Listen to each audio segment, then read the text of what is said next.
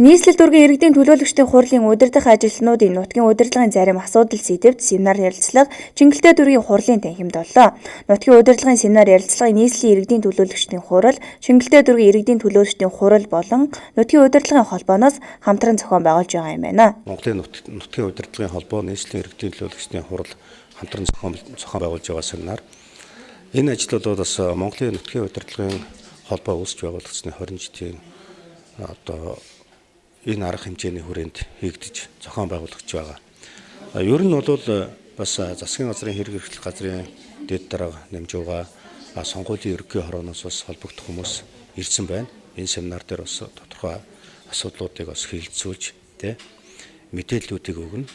Дээрээс нь яг нутгийн өөрөө удирдах ёсны байгууллага иргэдийн төлөөлөгчдийн хурал дээр бас ямархуу хүндрэл бэрхшээлүүд байна. Энэ тал дээр бас харилцаны ярилцлага зохион байгуулахаар төлөвлөгдсөн байгаа. 2012 он бол их онцлог жил. 2012 онд улсын их хурлын болон орон нутгийн сонгуул явна. За энэ улсын их хурлын сонгуул гэхэд шинжилсэн улсын их хурлын сонгуулийн шинжилсэн хуулиар явагдана.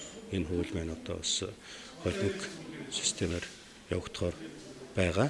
Дээрээс нь сонгуулийн хуулийн өөрчлөлтөөр 3000 сонгогч төвтөнд нэг сонгуулийн хэсэг байгуулна гэж заасан байна. Тус семинараар засгийн газраас 2012 онд дэвшүүлсэн зорилт иргэдийн төлөөлөгчдийн хурлын байгууллагын ажлын тухай танилцуулсан бол улсын хурал, орон нутгийн сонгуулийн хуулийн онцлог зарчим, иргэдийн төлөөлөгчдийн хурлаас хийж хэрэгжүүлсэн ажлын талаар сонгуулийн ерөнхий хорооны ажлын албаны референт танилцууллаа. Улсын хурлын сонгуулийн тухай бол 2011 оны 12 дугаар сарын 16-ны өдөр батлагдлаа. За энэ хуулиар хамгийн шинэ орсон зохицуулт юу нэгвэл зарчмын том өөрчлөлт бол сонгуулийн тогтолцоогоо өөрчлөлөө. Сонгуулийн холимог тогтолцоогоор сонгуулийг зохион байгуулж байгаа болохоор боллоо. Та бүхэн мэдж байгаа улсын хурлын 76 суудлын 48 суудлын улсын хэмжээнд 26 тойргоос сонгож байгуулахаар болсон. За үлдсэн 28 суудлын бол пропорционал хувь тэнцвэрлэх зарчмаар нам хвшлийг шууд сонгож ингэж сонгуулийг зохион байгуулж байгаа болохоор хуульчилсан байгаа. За энэ удаагийн сонгуулийг зохион байгуулж явуулах хугацааны хувьд өмнөхөөсөө бол 15 хоногоор уртсан байгаа.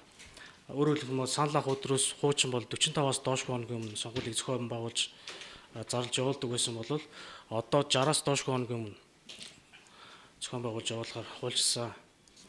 За ингээд санал ах өдрийг бол хизээ байх уу гэхээр сонгуулийн жилийн 6 дугаар сарын сүүлийн 7 хоногийн аль нэг ажлын өдөр байна гэж ингэж хуульчилсан. Сүүлийн 7 хоногийн аль нэг ажлын өдөр. Тэгэхээр 6 дугаар сарын ерөнхийдөө 27 юм уу 29 хавцаа тухайн 6 дугаар сарын 7 хоногийн сүүлийн 7 хоногийн лавг гариг юм уу баасан гарагт зохион байгуулахаар ингэж харагдаж байгаа. За энэ хоёр өдрийн аль нэгэн дээр тавлагдах байхаа. За энэ ажлын өдөр бол нийтээр амарна. За санал хураалтын цаг бол 2 цагаар татуу болсон. 22 цагт санал хураалт дуусдаг гэсэн бол 20 цагт өглөөний 7 цагаас 20 цаг хүртэл санал хураалт үргэлжлэхээр болсон. Сонгуулийн хуулийг мөрдөх зарчмыг ухуулан таниулах, хууль дүрм журмаар албан үүргээ ажил үүргээ гүйцэтгэхэд давууштай мэдээлэл байсан хэмээн хэлж болох юм а. Түүнчлэн нутгийн удирдлагын шинэ тогтолцоо үүсч хөгжсөний 20 жилийн ойг угтан хийх ажлын талаар танилцуулсан юм а. Өнөөдөр болсон нутгийн удирдлагын семинар өргөн цар хүрээтэйгээр тулгамдж буй асуудлын талаар ярилцлага өрнүүлснээрээ их онцлогтой боллоо.